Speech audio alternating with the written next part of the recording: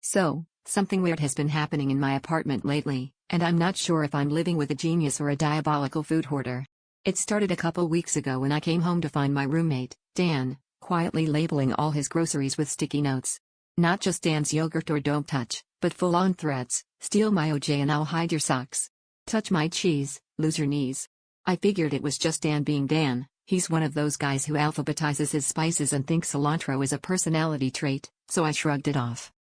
But after a week of opening the fridge and being threatened by a menacing carton of almond milk, sip me and you'll regret it, I decided to retaliate.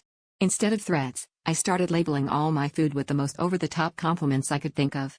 My leftovers became world's best lasagna, my grapes turned into your grape at everything, and my butter, my proudest work, wore a note that simply said, "You're a star."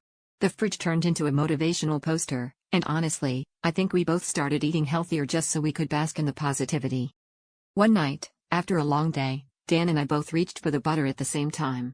We locked eyes, then laughed, because we'd both been fighting the urge to use the butter labeled "You're a star" all week. We finally agreed to share it, spreading it generously on toast, congratulating ourselves on being such stars for not murdering each other during finals. It tasted a bit off. Like, really off. But we were too hungry to care and just drowned our toast in more jam. The next morning, Dan comes stumbling out of the bathroom holding the empty butter wrapper, looking paler than a ghost.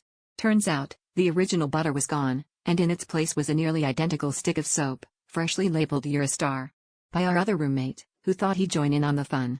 So if you're wondering how my week's going, let's just say my insides are squeaky clean, and Dan's convinced he is now Irish Spring material.